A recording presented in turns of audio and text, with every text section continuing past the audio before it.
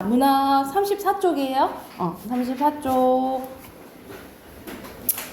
자, 오늘 할 부분은 표현 개념어라고 해서 이제 우리 시에서 이제 나오는 개념들에 대해서 이제 할 건데, 자, 우리가 중등 과정에서는 잘 안 나오는 거지만 이제 고등 과정에서는 이제 많이 나오는 이제 소재가 객관적 상관물이에요. 객관적 상관물인데, 객관적 상관물의 뜻 한번 봐볼게. 작가가 자신의 사상과 감정을 구체적인 사물을 통해서 간접적으로 나타낼 때 활용하는 사물로 화자를 대신하는 대리인물이에요. 그래서 화자의 정서를 촉발하거나 고조시키는 정서 자극물, 감정이입물 등이 있다라고 보시면 되는데, 이걸 쉽게 얘기를 하면 화자의 감정을 고조시키기 위해서 사용된 소재라고 생각하시면 돼요. 그래서 나와 비슷한 감정일 수도 있고 나와 반대인 상황일 수도 있고, 이런 식으로 화자의 정서를 불러일으키는 소재를 객관적 상관물이라고 하는데, 그 중에서 만약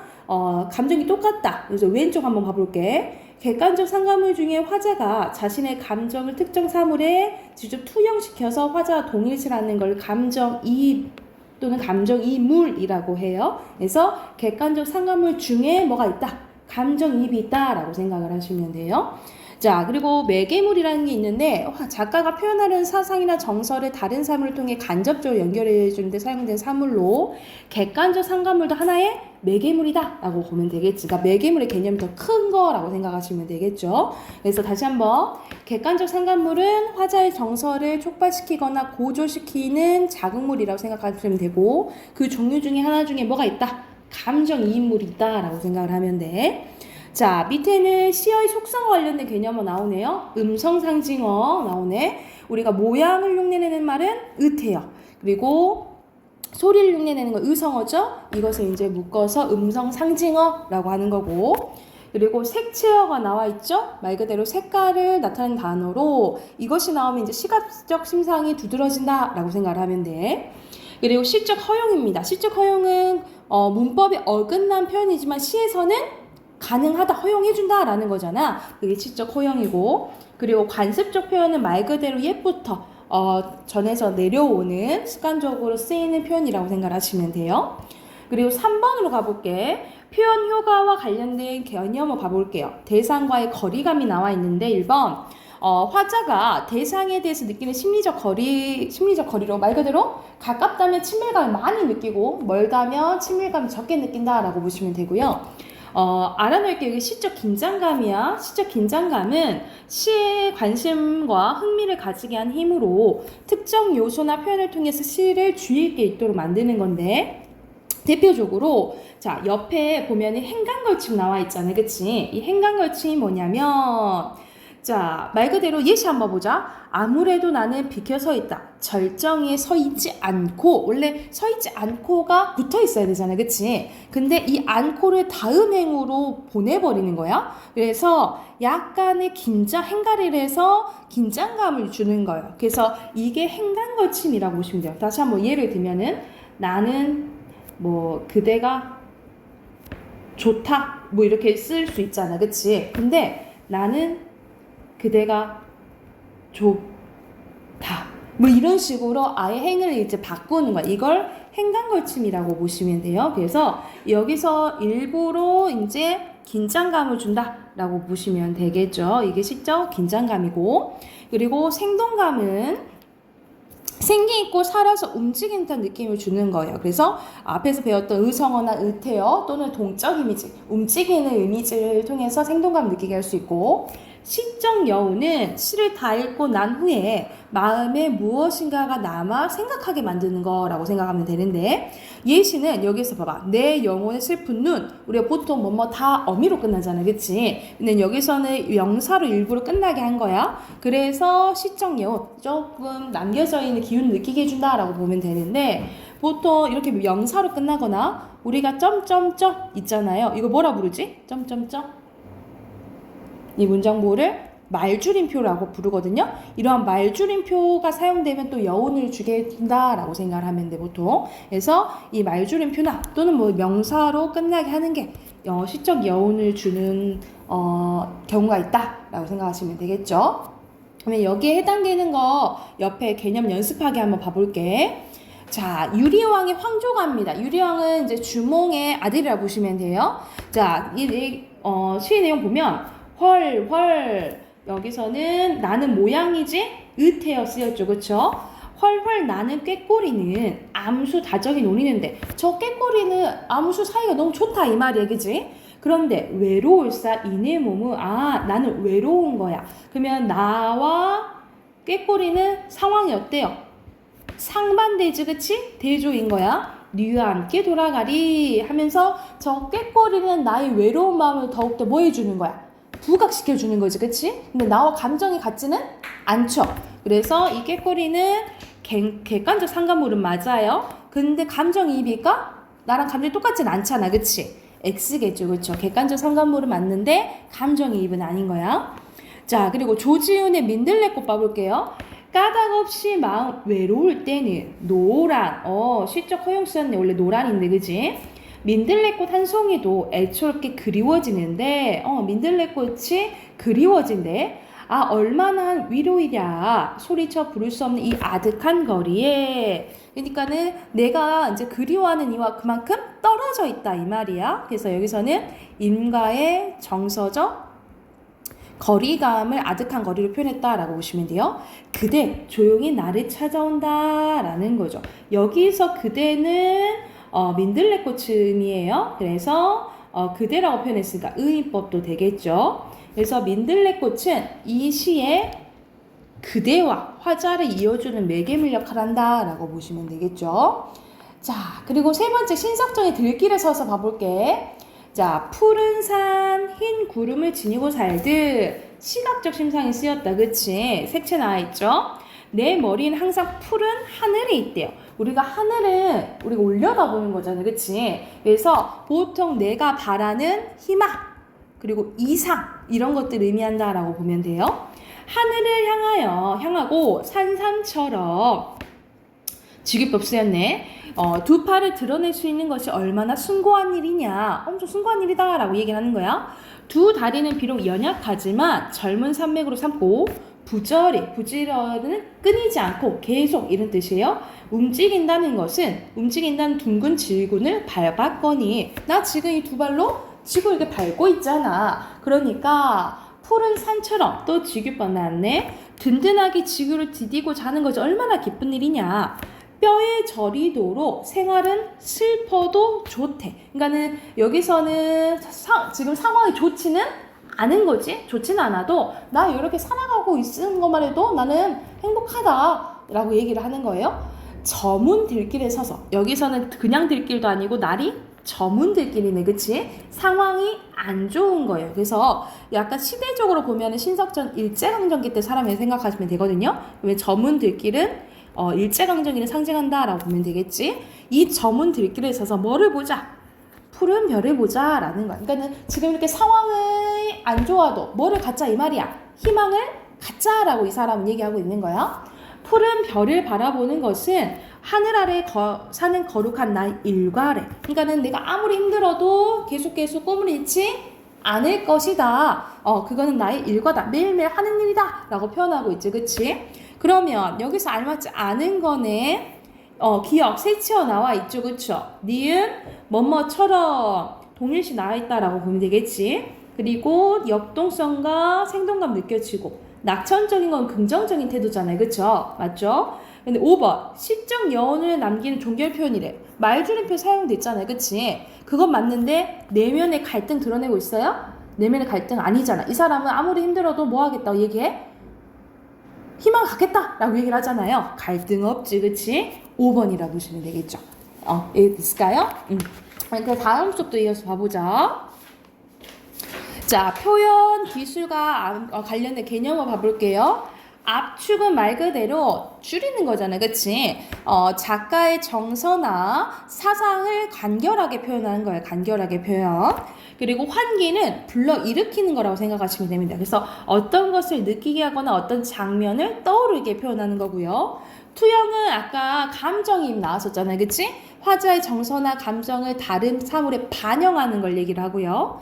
병치는 두 가지 이상의 대상을 그 대상의 인상에 선명히 드러나도 나란히 두거나 설치하는 거예요. 나란히 연달아 두는 거, 첫째, 둘째 이런 식으로 나란히 두는 걸 병치라고 하고, 풍자는 여러분 알잖아. 웃음 플러스 비판이라고 보시면 되겠죠? 그래서 부조리한 거, 부동한 건의, 그리고 비논리에 대해서 빗대듯이 놀려서 표현하는 거, 그러니까 웃음을 유발해서 비판하는 거라고 보시면 되겠죠? 그리고 우리가 평소에 쓰는 말이 아니게 표현한 걸 낯설게 하기라고 해요. 친숙하거나 일상화된 내용이나 정서, 사물을 처음 보는 것 같이 낯설게 해서 새로운 느낌을 들어 표현하는 건데, 예시 한번 봐보자. 피아노에 앉은 여자의 두 손은 끊임없이 12마리씩 20마리씩 신선한 물고기가 튀는 빛의 꼬리를 물고 쏟아진다. 그러니까는 우리가 피아노 치는 이 손가락을 뭐로 비유한 거야? 물고기 갖다 표현한 거야. 그래서 보통 사람들이 생각하지 않게끔 표현하는 거죠. 이게 낯설게 하기라고 보시면 되고, 언어 요인은 말장난한 거라고 생각하는데, 그래서 소리나 의미의 유사성을 이용을 해가지고요, 재치 있게 표현하는 겁니다. 그래서 말 그대로 동음이어를 활용하거나, 그러니까 같은 말인데 것만같이 의미가 완전 다른 말을 활용하거나, 말꼬리 잡거나, 아니면은 똑같은 단어를 사용을 해가지고 말 비슷한 걸 쓰거나, 이러면 이제 언어 유희라고 보시면 돼요. 그리고 감정이입은 앞에서 했죠. 대상에 자신의 감정을 불러넣거나 대상으로부터 느낌을 받아들여 서로 통하도록 하는 것. 그래서 화자가 대상도 자신과 같은 감정을 가지고 있는 것처럼 표현하는 것을 감정이입이라고 해요. 그래서 예시 밑에 잠깐 보면, 저 물도 내 안과 같아서, 저 물도 내 마음과 같아서 울어서 밤길을 예누는다. 저 지나가는 물도 내 마음 같아서 저렇게 흘러가면서 우네 라고 표현한 거야. 그래서 저 물이랑 내 마음이 같다 라고 표현한 거죠. 그러면 여기서 물이 감정이입의 대상이라고 보시면 돼요. 그리고 주관적 변형이 나와 있는데, 말 그대로 우리가 객관적, 주관적이라 하잖아. 주관적은 내 생각이 이제 들어간 거야. 내 마음대로 이제 바꾸는 거예요. 그래서 대표적인 게 두 가지가 있어요. 추상적 대상의 구체화와 감각의 전이. 자, 추상적 대상은 눈에 보이지 않는 걸 얘기하는 거야. 눈에 보이지 않는 것을 눈에 보이게끔 표현하는 것을 추상적 대상의 구체화라고 하고, 감각의 전이는 말 그대로 한 감각이 다른 감각으로 옮겨져 가는 거예요. 그래서 우리가 알고 있는 공감각적 심상이 있죠. 공감각적 심상을 감각의 전이라고 하는 거야. 그래서 예시 보면은, 먼 산이, 우리 산은 보이는 거잖아, 그치? 근데 이마에 차다라고 표현했네. 시각을 어떻게 표현한 거예요? 촉각적으로 표현한 거죠. 그래서 이것을 감각의 전이 같은 말로 공감각적 심상이라고 보면 되겠지. 그러면 이것도 해당하는 이제 예시 한번 봐볼게. 자, 옆에 시집살이 노래 보면은 형님, 사촌 형님 하고 이제 대화 형식이 나오네, 그치? 시집살이 어땠니까? 라고 물어보니까, 예, 그 말 마라. 시집살이 뭔 살이다? 개집살이다 하면서 약간 웃음 유발하는 거지, 그치? 그래서 여기서는 언어 유희 사용됐다라고 보시면 되고요. 앞밭에는 당추 심고 뒷밭에는 고추 심어서 고추 당추 맵다 해도 시집살이가 더 맵더라. 그래서 여기서는 비슷한 문장 구조 반복돼서 대구법 쓰였다라고 보시면 되고, 여기서는 더 맵다, 오히려 지금 시집살이 힘들다라는 것을 이제 말장난에서 표현했다라고 보시면 돼요. 그러면 1번 봐보자. 독백 아니죠. 형님, 사촌 형님 대화 형식이잖아, 그치? 독백 아니고 X. 그리고 계집살을 통해서 시집살에 대한 인식을 압축적으로 보여주죠. 아, 진짜 우리가 그 힘들 때 개라는 약간 비속 좀 쓰잖아, 그치? 그 접살을 쓰잖아요. 그러면 이 내용이 들어간 게 맞겠죠. 그리고 시집살의 어려움을 언어 유희를 통해서 사용하고 있죠. 그렇죠? 이렇게 표시하시면 되고. 자, 두 번째, 박목월의 이별가 봐볼게. 뭐라 카노, 사투리 나오죠, 그쵸? 저편 강기에 쓰게 니 뭐라 카노. 바람이 불려서 저 상대방이 하는 말이 들려 안 들려? 지금 안 들리는 상황인 거야, 그치? 이승 아니면 저승으로 떠나는 뱃머리에서 나의 목소리도 바닷가에 날려서 아무래도 이제 뭐 저승 가는 상황인 거예요. 그러니까는 어떤 죽음으로 인한 이별을 얘기하는 거죠. 그렇죠? 뭐라카노 썩어서 동아밧줄은 사가 내리는데 이 동아밧줄을 우리가 여러분 그거 들어봤어? 햇님 달리 이야기 보면은 동아밧줄 이렇게 올라가서 놓아버려서 밑에 호랑이 떨어 죽고 막 이러잖아. 그치? 그래서 이 동아밧줄은 목숨, 그러니까 이승과의 인연을 의미를 해요. 그래서 여기서는 이승과의 인연이 떨어지는 죽음에 대한 이제 이야기라고 생각하시면 돼요. 그러면 여기서 이승과 대립적인 것은 저승이겠지, 그치? 저승. 그리고 이 시는 반복과 점층적인 표현을 통해서 자, 이별은 죽음으로 인한 이별이지? 이별로 안타까운 감정을 심화시키고 그리고 사투리를 사용해서 친근감과 소박한 정감을 형성하고 있다라고 보시면 되겠죠.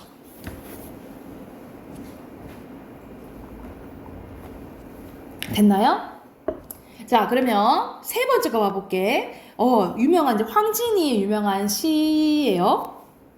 자, 동짓달이 나오네. 동짓달은 우리가 1년 중에 밤이 제일 긴 날이잖아. 그치? 밤이 제일 긴 날. 동짓달, 기나긴 밤을 하늘이 베어낸대요. 우리가 밤은, 우리 깜깜한 거 밤이 이제 아예 밤 자체가 눈에 보이는 거, 만질 수 있는 건가? 만질 수 없는 거잖아. 그치? 근데 이 한 허리를 베어낸다고 표현했네. 그러면 눈에 보이지 않는 것을 눈에 보이게끔 표현한 거지. 그치? 이게 추상적 개념의 구체화예요. 눈에 보이지 않는 것을 눈에 보이게끔 표현을 한 거야. 자, 춘풍, 봄바람, 이불 아래 서리서리 이거 넣는 모양 흉내내는 거야. 으태어요. 넣었다가 어로님은 정든님, 내가 사랑하는 님을 얘기를 해. 오신 날 밤이거든. 그러니까는 지금 님이 안 오니까 아무래도 외로운 밤 더 길게 느껴지는 거지. 그치? 근데 당연히 님이 왔어. 그러면 이 님과 오랫동안 있고 싶잖아. 그치? 그때 구비구비도 으태어요. 펴리라 펴서 오래 있고 싶구나 라고 표현을 한 거야. 기가 막히지. 그치? 그래서 여기서는 넣었다가 펴리라 그래서 대조법도 사용됐다 라고 보시면 돼요. 자, 그러면 추상적 관념의 시간을 구체적인 사물처럼 표현한 거죠. 눈에 보이게끔 표현한 거지. 그리고 서리서리 넣었다가와 대조되는 건 뭐예요? 구비구비 펴리라 이 부분이죠. 은성아, 마지막 여기서 구비구비 펴리라 라고 보면 되겠죠.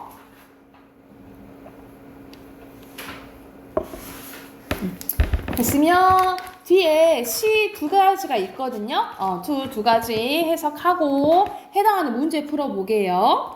자, 첫 번째는 김소월의 나의 집, 두 번째는 나희덕의 방을 없다라는 두 작품이 나와 있네. 한번 봐볼게요.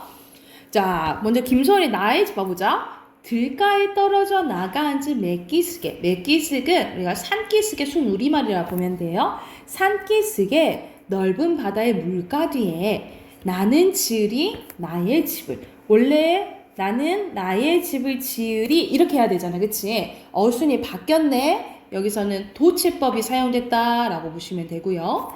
다시금 큰 길을 앞에다 두고 길로 지나가는 그 사람들은 제각기 떨어져서 혼자 다들 간다라는 거야. 그러니까 사람들이 다 각각 혼자 있어. 외로워 보인다라는 거지. 그치? 그러니까는 여기서는 외로운 게 사람들도 외롭겠지만 누구도 외롭겠어요? 화자도 외롭겠다라고 얘기를 하는 거지. 그치? 자, 하얀 시각적 심상 쓰였네요. 하얀 여울턱에 날은 저물고 나는 문간에 서서 기다리리. 이 사람은 누군가를 뭐 하고 있는 거야? 기다리고 있는 거지. 그치? 기다리고 있는 거야. 새벽 새가 울며 지새는 그늘로 세상은 희게 시각적 심상 쓰였죠. 또는 고요하게 청각적 심상 쓰였고 번쩍이며 오는 아침부터 지나가는 길손을 눈여겨보며 그대인가요 한다라는 거지. 여기서 반복했다라는 것은 뭐를 강조하고 싶은 거야? 기다림을 강조하고 싶은 거죠. 그래서 여기서 제목이 나의 집이잖아요. 그치? 여기서 나의 집의 의미는 기다리는 곳이라고 보시면 돼요. 기다리는 장소, 기다림의 공간이라고 보시면 돼요. 기다림의 공간이야. 그래서 여기에 해당되는 시의 주제 써놓자. 주제는 그대를 간절히 기다리는 마음이 드러나 있다 라고 보시면 되고, 자, 두 번째 거 이어 봐볼게. 방을 얻다 라는 작품이에요. 담양이나 창평 어디쯤 구체적인 장소 나와 있다. 그치? 우리 가까운 데는 담양이나 창평 어디쯤 방을 얻어 다람쥐처럼 쥐귀법 쓰였네요. 드나들고 싶어서 고즈넉한 마을만 보면 들어가 기웃거렸대. 지실마을 어느 집에 지나다 오래된 한옥안채와 새로 지은 별재 사이로 수더분한 꽃들이 피어있는 마당을 보았대요. 나도 모르게 시적하자 직접적으로 나와있네. 열린 대문 안으로 들어섰는데 아저씨는 숫돌에 낫을 갈고 있었고 아주머니는 밭에서 막 돌아온 듯 머리수건이 촉촉했대요. 저 하면서 대화가 직접적으로 나오네. 그치? 이 대화가 직접적으로 나온다라는 것은 약간 사실감과 생동감을 높여주고요. 그리고 그 분위기를 이제 드러내준다라고 보시면 돼요. 저 방 한 칸 얻었으면 하는데요 라고 하니까 일주일에 두어 번 와 있을 곳이 필요해서요. 내가 조심스럽게 한옥 쪽을 가리키자 아주머니는 빙그레 웃으며 대답했대. 글씨 아그들다 서울로 나가불고 이제 전라 사투리 쓰는 거지. 그치? 이렇게 사투리도 사실감과 생동감 높여주고 약간 그 지역의 향토적인 정서를 가져다 준다라고 보시면 돼. 향토적인 정서를 가져다 준다라고 보면 돼. 우리 별채의 지난길 안채가 비기는 해라오. 그러지만은 우린 집안의 내력이 깃든 데라서 맴속으로는 지금도 쓰가 있단 말이오. 마음으로는 지금 쓰고 있다라고 표현한 거야. 이 말을 듣는 순간 정갈한 마루와 마루 위에 앉아 계신 저녁 햇살이 마루 위에 앉아 계신다라고 표현했네. 그치? 의인법이죠. 그쵸? 눈에 들어왔다라는 거지. 새 노란 말도 못하고 돌아섰지만 그 부부는 알고 있을까? 뭐를? 여기서는 원래 여기에 들어가야겠죠. 그쵸? 이건 또 어순이 바뀌었네. 그치? 도치법이죠. 그쵸? 빈 방을 마음으로 늘 쓰고 있단 말에 내가 이미 새들어 살고 있다는 것을 그 부부는 알고 있을까? 이 말하고 싶은 거잖아. 그치? 그래서 여기서 빈 방은 뭘 의미하냐면 아주머니 또는 그 부부의 추억이 담긴 공간이겠죠. 이 추억이 담긴 공간에 감동을 했다라는 것을 이렇게 표현했다라고 생각하시면 돼요. 그러면 여기도 해당하는 시의 주제 쓰고 문제 풀어볼게. 주제는 집주인 부부의 가족에 대한 애정과 그에 대한 감동이 이 시의 주제라고 보시면 돼요. 썼으면 해당하는 문제 6번까지 풀어보게요. 6번까지 풀고 답 확인해보게.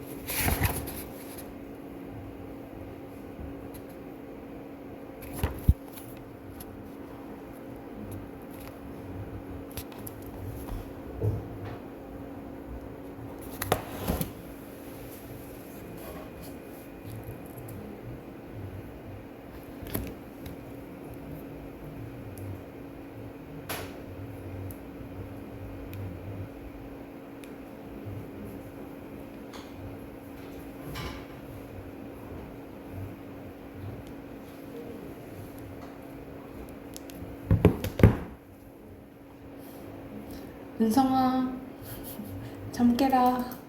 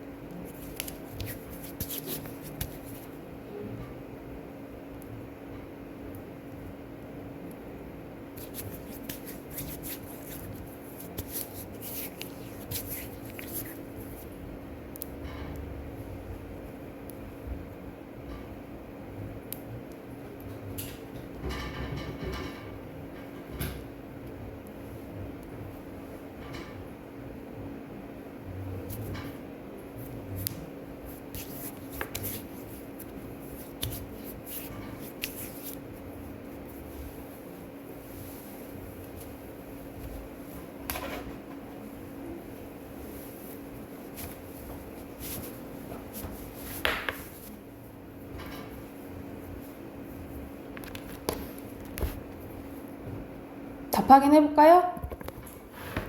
자, 1번. 여기서는 공통점은 도치법 나왔지, 그치? 1번에서 4번이고요. 자, 2번의 기억은 나의 집, 그리고 니은은 빈 방이죠. 가장 적절한 것은 4번이 되겠지, 그치?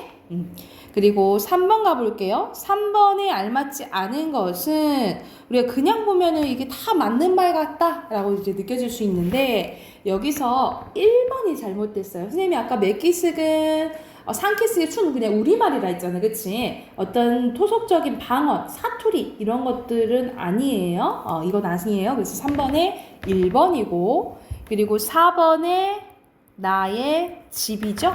이어절이니까 나의 집. 그리고 5번에 여기서는 나오지 않는 장면 고르면 되는 거잖아요, 그치? 답은 5번이죠. 여기서는 그냥 감동받았다는 거지. 나 저기 무조건 살 거야.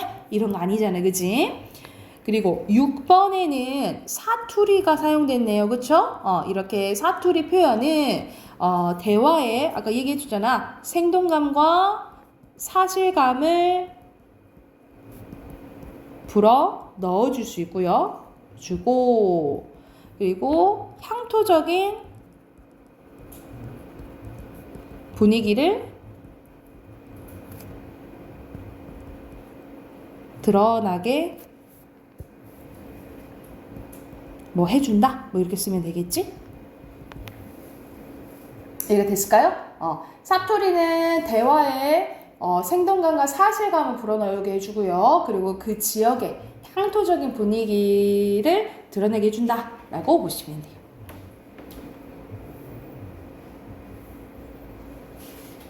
이해가 됐을까요? 그러면 우리 비문학으로 독서로 넘어가 봅시다. 독서도 34쪽이에요.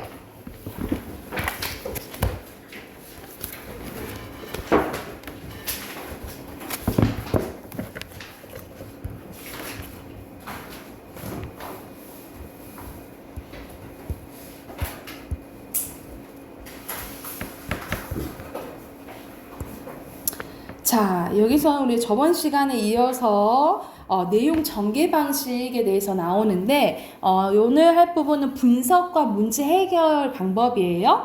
먼저 분석 부분 보면은 우리가 설명 방법에서 배웠을 거예요. 분석은 한 대상의 구성 요소를 밝히는 걸 분석이라고 하는데 여기서도 나와 있죠. 하나의 대상을 여러 부분으로 나누어 설명하는 것을 분석이라고 해요. 그래서 분석의 내용을 파악한 뒤에 분석과 관련된 표현이 뭐냐, 구성 요소라든지 현상의 원인 분석, 장단점 분석, 한계, 분석 이런 단어들이 나오면 이걸 중점적으로 이제 보고 표시를 하면서 읽으면 되겠죠. 그래서 분석 요소들의 동그라미 표시를 한 후 그 내용을 정리해서 그 대상의 특징을 파악하면 된다라고 보면 돼요. 그래서 뭐에 대해서 얘기를 하는지를 잘 봐야겠지, 그치? 그러면 예시문 바로 봐볼게. 자동차의 매연으로 인한 대기오염이 갈수록 심해지면서 각국에서는 앞다투어 환경오염을 줄일 수 있는 자동차를 생산하는 데 박차를 가하고 있다. 그중 상용화에 성공한 대표적인 사례로 친환경인 하이브리드 자동차를 들 수가 있는데, 하이브리드란 두 가지 기능을 하나로 합쳤다는 의미로 내연기관 엔진만 장착한 기존의 자동차와 달리 하이브리드 자동차는 내연기관 엔진에 전기 모터를 함께 장착한 것이 특징이다라는 거죠. 그러니까 전기도 사용하고 우리가 말 그대로 사용하는 기름으로도 가고 이렇게 생각을 한다면 되겠죠. 하이브리드 자동차는 만드는 방법에 따라 구동 방식이나 구조상의 차이가 있지만 대체로 다음과 같은 핵심 구성 요소들을 이루어져 있대. 구성 요소라는 단어가 나오네, 그지? 자, 먼저 첫 번째, 내연기관 엔진은 기관 내부에서 연료를 연소시켜 열 에너지를 기계적 에너지로 바꿔준대요. 그리고 전기 모터는 자동차의 주행 상태에 따라 전동기나 발전기 역할을 할 수도 있고 작동하지 않을 수도 있대. 전동기 역할을 할 때는 전력을 사용하여 자동차를 움직이게 하고, 발전기 역할을 할 때는 회전 에너지를 전력을 바꾸어 배터리를 충전하게 해준대요. 그리고 배터리는 전기 모터와 필요로 하는 에너지를 공급하는 장치로 자동차의 주행 상태에 따라 에너지가 충전되기도 한데, 그 외의 구성 요소는 뭐가 있대? 내연기관 엔진과 전기 모터의 회전 운동을 바퀴에 전달하는 변속기, 그리고 연료를 보관하는 연료 탱크, 그리고 전력이나 전기 모터를 제어하는 모듈이랑 배터리 상태를 확인한 모듈이 있대요. 그래서 선생님이 여기에서 나오는 구성 요소들은 이제 네모를 쳤어. 자, 그럼 바로 쓸 수 있겠죠. 분석하는 대상은 뭐예요? 하이브리드지? 하이브리드 자동차 이렇게 쓰시면 되고, 그리고 분석 방식과 관련된 표현은 아까 선생님 동그라미 쳤잖아요, 그치? 구성 요소 쓰면 되겠죠? 구성 요소 이 문단에. 자, 그리고 이번에는 대상을 분석한 요소와 그 내용을 정리한 거예요.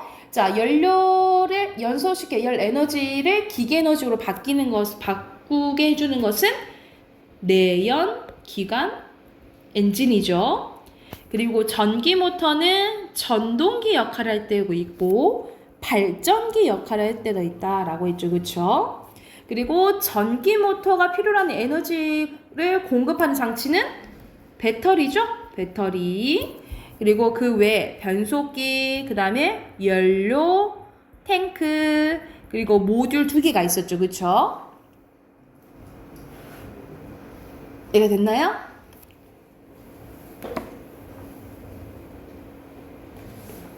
자, 이게 분석이고, 오른쪽에 가면 문제와 해결 나와 있어요. 자, 먼저 의문이나 문제 상황이 나오는 경우가 많아요. 문제 상황이 나오고 이에 대한 해결 및 보완 방법을 제시하는 게 문제와 해결이라고 하는데, 의문이나 문제 상황을 제시할 때 의문 형식을 사용하는 경우가 많고요. 그리고 해결 및 보완 방법이 한 가지 이상인 경우가 많으니까 번호를 매겨서 찾아라 라고 이제 나와 있네. 이것도 한번 바로 봐볼게요. 자, 예시 보면 인간의 몸은 약 70% 물로 구성되며 물은 영양소와 산소를 몸 전체에 운반하고 노폐물을 소변, 땀 등으로 몸 밖으로 내보내는데, 이러한 물이 절대적으로 한정된 달 기지나 우주 정거장에서는 버려진 물을 여과해서 사용해야 됩니다. 물을 지구에서 우주로 실어 나르기엔 너무 큰 비용이 발생하기 때문이다. 일반적으로 중력이 작용하는 지구에서는 폐수가 필터를 통해 아래로 이동해서 여과되는데, 달 기지에서도 물이 아래로 흘러 필터를 통과하지만 중력이 낮아 속도가 매우 느리대요. 그렇다면 중력이 거의 없는 우주 정거장에서 어떻게 폐수가 여과할까 하고 의문 형식으로 나오잖아요, 그치? 이게 문제 해결 중에 뭐겠어? 문제에 해당되겠죠, 그죠? 그러면 답이 바로 나옵니다. 가장 좋은 방법은 중력처럼 작용하는 힘을 만들어주는 거래. 이게 해결 방법이겠죠? 해결 방안이겠죠, 그쵸? 뉴턴의 운동 법칙에 의하면 외부의 힘이 작용하지 않을 때는 운동하는 물체는 등속 직선 운동을 한대요. 등속 직선 운동 계속 하는데 물체 운동 방향을 바꾸려면 당연히 힘이 필요하겠죠, 그렇죠? 그리고 운동 방향에 수직으로 일정한 크기의 외부 힘이 작용하면 물체는 등속 원운동을 하게 되는데 이렇게 원의 중심 방향으로 작용하여 원운동을 유지하는 게 구심력이고 이 구심력과 반대되는 방향이 원심력이라는 거예요. 원운동을 하는 물체가 중심 밖으로 나가려는 가상의 힘인 거야. 그래서 어떤 힘이 존재하는 것이 아니라 물체가 등속 직선 운동하려는 관성에 의한 효과이다. 그리고 사람이 회전하는 물체 안에 있다면 원심력을 이 나가려는 뭐처럼 인식하게 한대. 중력처럼 인식하게 한다라는 거에서 이런 식으로 중력을 가상으로 만들어줄 수가 있다라는 거지. 자, 그러면 여기서는 의문제기는 어떻게 한 거야? 뭐가 거의 없는? 중력이지? 중력이 거의 없는 우주 정거장에서 어떻게 편수를 여과할까 하고 문제 제기를 했잖아, 그치? 그래서 여기에 해당되는 것은 그냥 같이 밑줄 그었죠? 첫 번째 문장 표시하시면 되겠죠. 그쵸? 그러면 여기가까지가 내용 전개 방식 분석이랑 문제와 해결이야. 해당하는 문제 풀어보고 답 확인해 볼게요. 36쪽부터 39쪽까지 문제 쭉 풀고 답 확인해 보자.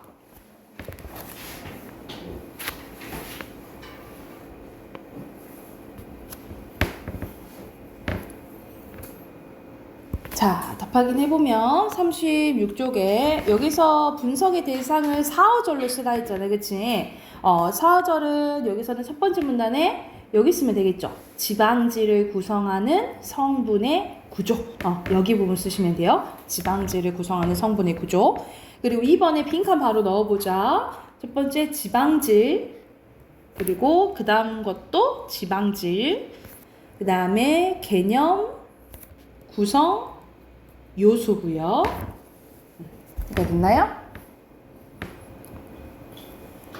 그리고 3번 가볼게. 3번의 순서대로 리을, 디귿, 니은, 기역.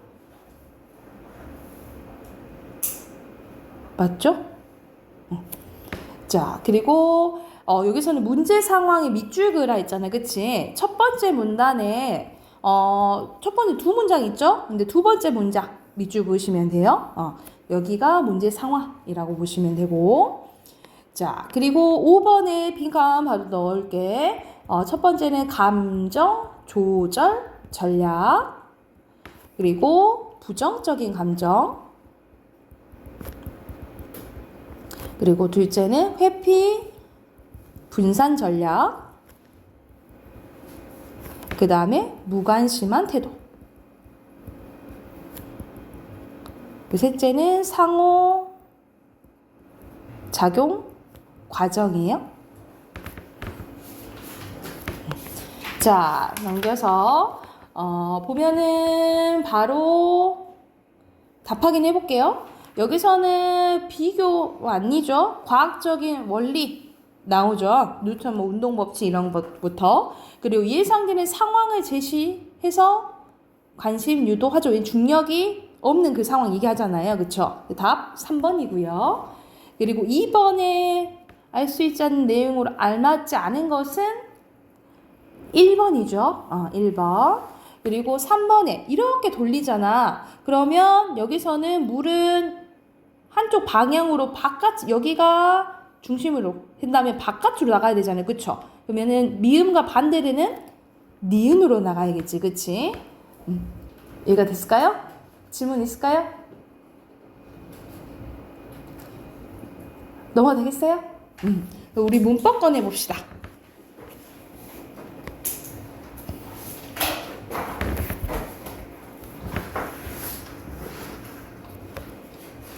우리 문법 숙제는 따로 없었죠? 21쪽까지 했죠?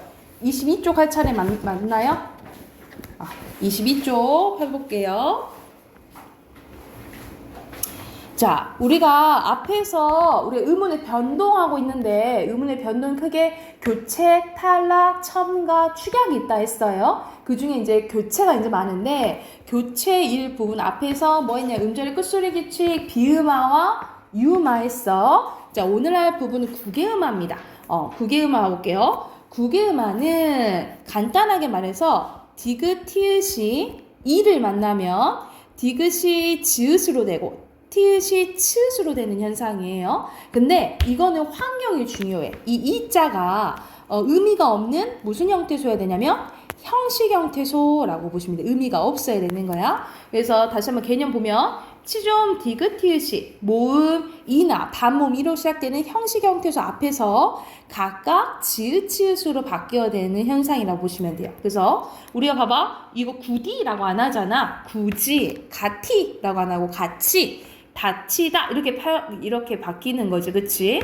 그래서 자, 이것은 디귿, 티읕이 이를 만나면 이 이가 디귿, 티읕보다 지읒, 치읒에 가까워서 이렇게 바뀐 현상이라 보시면 돼요. 그래서 근데 이거 선생님이 이가 이 환경이 중요하다 했잖아. 그치? 이게 의미가 있고 없느냐가 커요. 그래서 자, 예시 한번 써놓으면 자, 여기서 밭이랑이 나오잖아. 그치? 자, 밭 플러스 이랑이 있을 때 이 이랑이 의미가 있고 없고에 따라서 발음이 달라진다라고 생각하면 돼. 자, 첫 번째, 만약 이게 논이랑 밭이랑 했을 때 조사야? 그러면 의미가 없는 형식 형태잖아요. 그러면 국외음화가 일어날 수 있는 환경이 돼서 자연스럽게 밭이랑 이렇게 되는 거야. 이건 국외음화가 적용이 되는 거야. 그런데 두 번째, 우리가 씨 뿌리려고 이렇게 땅을 파는 것을 이랑이라고 해요. 이때는 의미가 있는 명사예요. 명사하면 국외음화가 일어날 수 있는 환경이 돼야 안 돼. 안 된다 이 말이에요. 왜냐면 의미가 있는 실질형 퇴소가 돼버리니까. 그래서 이럴 때는 어떻게 되냐면 첫 번째, 음절의 끝소리 규칙이 적용이 돼요. 그래서 밭 이렇게 돼. 그리고 앞에 밭, 그러면 처음엔 이렇게가 되겠지. 근데 앞에 받침이 있고 뒤에 이가 오면은 어떤 현상이 일어나냐면 니은 첨가 이 현상이 일어나요. 니은 첨가 현상이 일어나. 그런데 디귿과 니은이 만났다. 그럼 우리 앞에서 배웠던 어떤 현상이 일어나냐면 비음화 현상이 일어나요. 그래서 결과적으로 어떻게 발음이 나냐면 밭이랑 이렇게 발음이 난다라고 보면 돼. 그래서 자, 이건 추가적으로 써놓을게요. 자, 이게 티읕 뒤에 무조건 이가 온다 해서 국외음화가 다 일어나는 건 아니야. 의미가 없는 무슨 형태소야 돼요?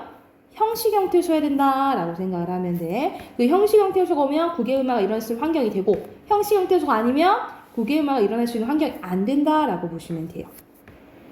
그래서 써줄게. 이거 첫 번째 음절의 끝소리 규칙이 적용이 되고 그 다음에 니은 첨가 현상이 일어나고요. 그런 다음에 비음화가 일어나요. 이렇게 세 가지에 따라서 이렇게 발음된다라고 보면 되겠죠. 적어 놓으시고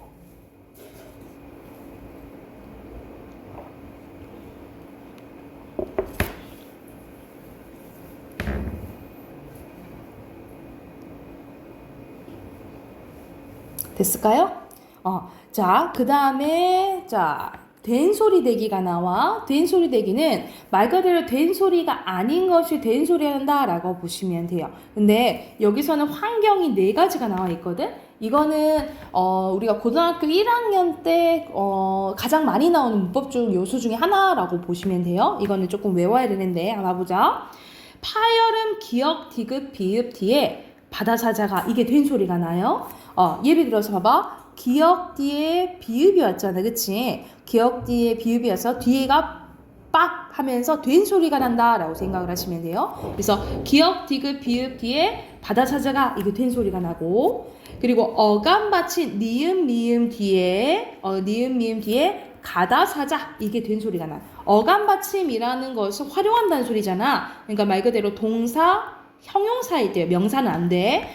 동사, 형용사, 니은, 미음 뒤에 가다사자 이게 된 소리가 나는 거예요. 대표적으로 옆에 봐보자. 신고 했을 때 니은 뒤에 기억이 왔죠, 그쵸?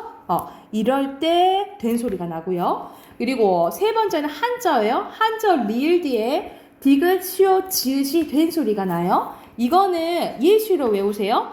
발달, 발생, 발전. 이건 예시로 외워. 한자 리을 뒤에 발달, 발생, 발전 이렇게 된 소리가 난다라고 보면 돼요. 그리고 마지막 관형사형 어미 를 뒤에 또 바다사자가 이게 된 소리가 난다라고 보면 돼. 관형사형 어미라는 것은 뒤에 명사를 꾸며줘야겠죠. 그러니까 예를 들어서 할 것을, 갈 때가 이런 식으로 이때 리을이 관형사형 어미야. 이 관형사형 어미 뒤에 또 바다사자가 이게 오면 된 소리가 난다라고 생각하시면 돼요. 이건 된 소리 되기는 환경이 중요해. 네 가지. 다시 한번 첫 번째 기역, 디귿, 비읍, 파열음 뒤에 바다사자가, 어감 받침, 니은, 미음 뒤에 가다사자, 그리고 한자 리을 뒤에 디귿, 시오치. 이건 예시로 외우라고. 발달, 발생, 발전. 그리고 관형사형 어미 리을 뒤에 또 바다사자가 이게 된 소리가 난다라고 생각하시면 됩니다. 여기가 됐을까요? 자, 마지막은 이거는 크게 안 봐도 되긴 하는데 어떤 현상인지는 알려줄게. 이모음 역행동화라는 건 뭐냐면 우리가 단모음 체계 앞에서 배웠을 거예요. 이, 에, 위, 웨, 으, 아, 우, 오가 단모음 10개인데 자, 이모음 역행 현상은 무슨 현상이냐면 우리가 아기라는 단어가 있어. 아자는 아가 무슨 모음이니? 여기가 후설 모음이잖아. 여기가 후설 모음인데 우리가 어떻게 발음하는 경우가 있냐면 아이고 애기야 하라고 발음하는 경우가 있어. 그치? 이런 식으로 전설 모음으로 말하는 경우가 있어요. 아기 이런 식으로. 그리고 어미 있잖아. 근데 우리가 뭐라고 하는 경우가 있어. 아이고 애미야 이런 경우가 있다는 거지. 그치? 어가 에로. 그러니까는 후설 모음이 전설 모음으로 발음되는 것을 이 모음 역행동화, 같은 말로 전설 모음화라고 해요. 전설 모음화 써놓자. 같은 말로 전설 모음화라고 해요. 그래서 그런데 이거는 발음 나는 경향이지 이거는 몇몇 단어를 제외하고 표준어로 인정하지 않아요. 그러니까 애미나 애기나 표준 발음을 인정한다 안 한다? 안 하는 거야. 그러니까 이런 현상 있다라고 설명만 하는 거야. 그래서 옆에 얘 좀 봐보자. 표준어로 인정한 거는 이거밖에 없어요. 서울내기, 시골내기, 풋내기, 냄비. 우리가 사용하는 냄비 있잖아. 원래 남비거든요. 근데 냄비, 담쟁이, 소금쟁이 이것만 이모음 역행동화가 인정된 거지 나머지는 인정된다 안 된다? 안 된다라고 생각을 하면 돼. 자, 여기까지가 교체예요. 우리 앞에서 교체 5가지 배웠어. 음절의 끝소리 규칙, 비음아, 유음아, 오늘 배울 구개음아, 된 소리들. 크게 5가지죠, 그쵸? 이게 교체 현상이라고 생각을 하면 돼. 자, 여기 복습해 오시고 우리가 숙제 23초까지 해 오시게요. 숙제 23초까지 내일까지 해 오시고 오늘 틀린 단어 있잖아요. 틀린 단어 3번씩 써오고 여기만 숙제를 해 오게요. 알겠죠? 오케이. 여기까지 합시다.